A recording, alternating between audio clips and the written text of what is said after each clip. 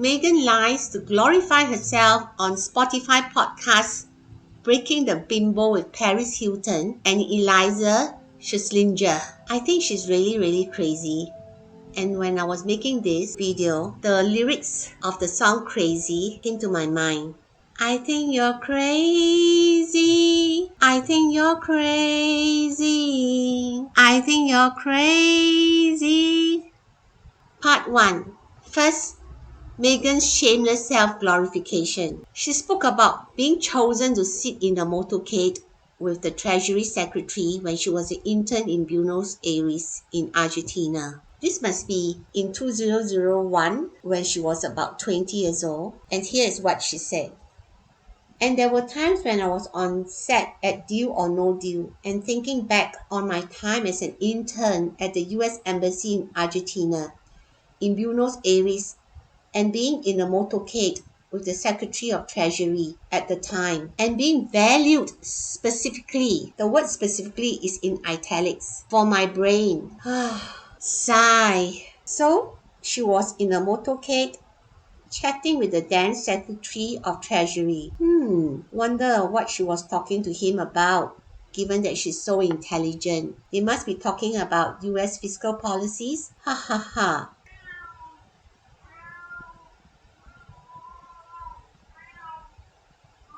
I think my cat was affected by my singing, so now she's singing. It's shocking about what she says. This woman is able to twist facts so well. She's not afraid that she'll be pointed out. She has really made so much boo-boo with all her lies. She's been outed so many times, and yet she's doing it again. She has, this time, of course, conveniently forgotten that she failed the entrance exam for the internship as a junior press officer at the American Embassy. She was never at the embassy. She never made it to the inside of the embassy gate, but was actually at a school attached to the embassy that arranged work experience. Meghan took the Foreign Service Officers test and failed the 3-hour exam and was promptly packed off home. There she goes again, lying through her teeth. Meghan also told Eliza, another guest on the podcast, where for me, again, it's like, oh, okay, well, I'm not the pretty one. And mine was at that age 10, 11. I was like, I was the smart one. I'm the smart one. I'm the smart one. So in any other moment, no one cared if I came to the party. So in this podcast, this time, she is openly declaring to everyone that she's very intelligent. She's got the brains, even if at that time she wasn't pretty enough. And of her time in Deal or No Deal, she has this to say.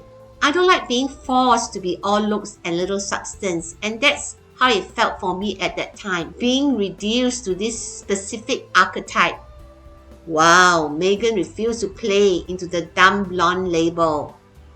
And so she quit Deal or No Deal. Yeah, right. I heard somewhere that she was sacked actually for her difficult behavior on set. And part 2, Paris Hilton completely owned Meghan here. Ha ha ha, good for you, Paris. There were so many Meghan monologues that I almost thought Paris Hilton was her sidekick. Her envy of Paris is clear for all to see. She was eager to paint Paris Hilton as the dumb blonde. True, that was a persona at that time when they were filming The Simple Life, but that's in the past. But Meghan just had to say that Paris' TV dumb blonde persona was so successful that the dumb blonde image of her is so entrenched in Meghan's mind that Paris has to prove to Meghan that she's not one. Oh my goodness, that is so rude. That is so condescending as well. Part 2, this is the best part.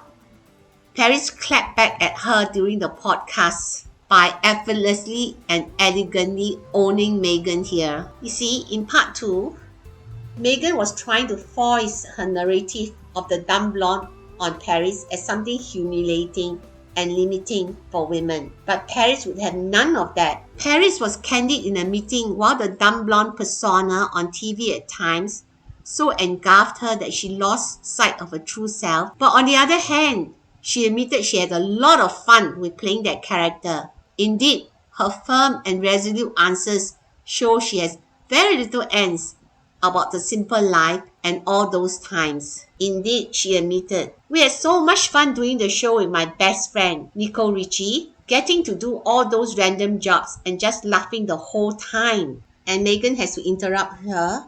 Well, that's good. Paris answered, so much fun.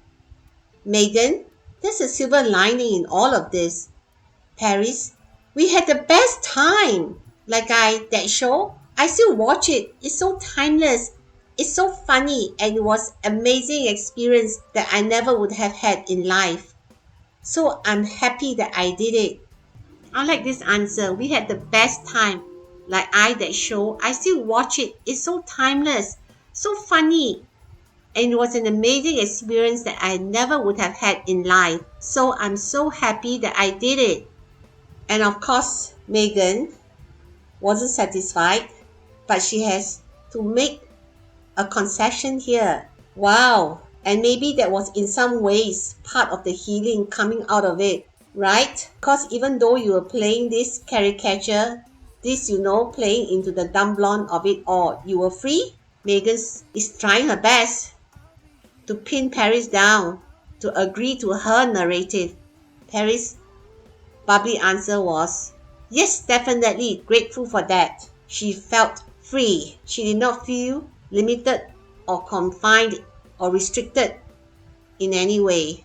Meghan tried many times to pin her, because after Paris said she was grateful for that, Meghan continued, did you ever feel like you ever had the opportunity to show people that you were smart? Or were you scared of ever even giving in an inkling of that? Because perhaps it would have affected your career or your deals or anything like that. She was shut down promptly by Paris Hilton. Yes, it was definitely like a huge part of my brand and everything that I was doing, but deep down, I always knew there was so much more to me. And now people are finally seeing that and seeing that other side. And all of my advocacy work, I love being underestimated. And what I always like to say is that I'm not a dumb blonde. I'm just very good at pretending to be one. I can really clap her for this. I mean, she's amazing. In conclusion, I like to add that Meghan is the all-consuming victim of all sexist labels. The middle-aged woke. Her real age is widely to be believed to be between 45 and 47. So she's kind of old for being a woke, So Meghan has been maligned and is maligned for being ruthless and scheming just because she's an ambitious woman.